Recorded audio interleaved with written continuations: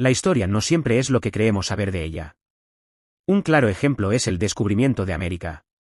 Porque más que un descubrimiento, fue un choque de civilizaciones. Y todo choque deja un rastro de muerte. La versión oficial nos enseñó que Cristóbal Colón llegó primero en 1492. Pero hay un problema, no fue el primero. Ni siquiera fue el segundo. Hoy viajamos 500 años antes de Colón. A la era de los vikingos. A una historia de bosques, viñas, sangre, y una pregunta que nadie se atreve a responder. Todo comienza con Eric el Rojo. Entre los años 982 y 985, este explorador islandés fundó los primeros asentamientos vikingos en Groenlandia. No era un paraíso, era hielo, piedra y voluntad. Poco después, cerca del año 986, un comerciante llamado Bjarni Hrólfsson quiso reunirse con su padre en esos nuevos asentamientos. Pero había un problema, Bjarni no conocía la ruta exacta. Solo sabía que debía navegar hacia el oeste. Días después, avistó tierra. Pero no era Groenlandia. No había glaciares enormes. Había bosques, colinas y llanuras. Bjarni tomó una decisión extraña, no exploró. Dio la vuelta y siguió navegando hacia el norte, perdiendo de vista esa tierra misteriosa. Nunca puso un pie en ella. Pero su relato no se perdió. Leif Erikson era hijo de Eric el Rojo. Nació en Islandia, creció entre historias de hielo y tormentas, y escuchó con atención los relatos de Bjarni. Cerca del año 1000, Leif organizó su propia expedición.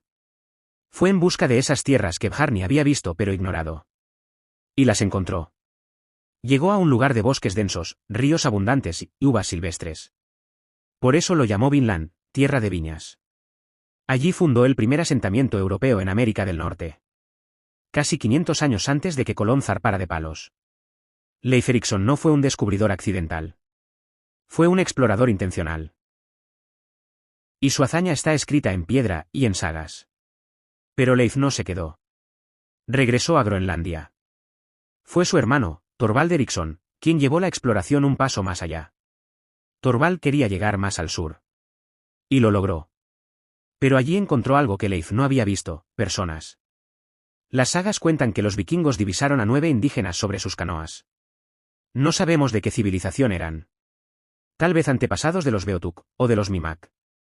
El primer contacto entre civilizaciones en América del Norte no fue pacífico.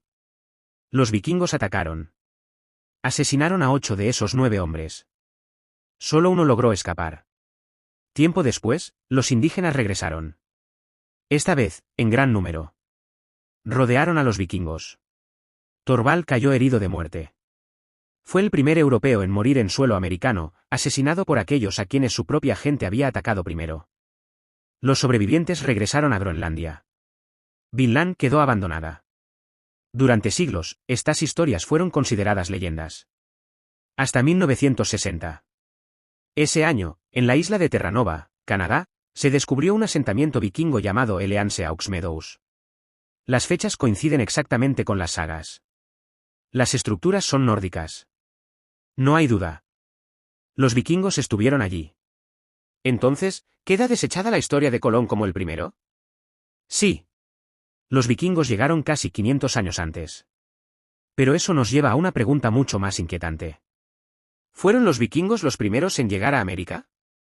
Bueno, fueron los primeros europeos de los que tenemos evidencia. Pero la historia no empieza con Europa. América ya estaba habitada por millones de personas cuando los vikingos llegaron.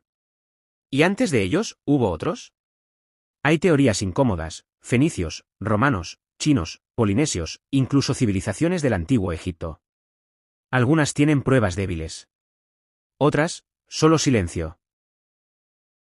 Lo que sí sabemos es esto: cada descubrimiento ha sido, en realidad, un reencuentro violento. Vikingos contra amerindios. Españoles contra aztecas e incas. Siempre sangre. Siempre un choque. La próxima vez que alguien te diga Colón descubrió América, pregúntale: ¿y quién más estuvo aquí antes?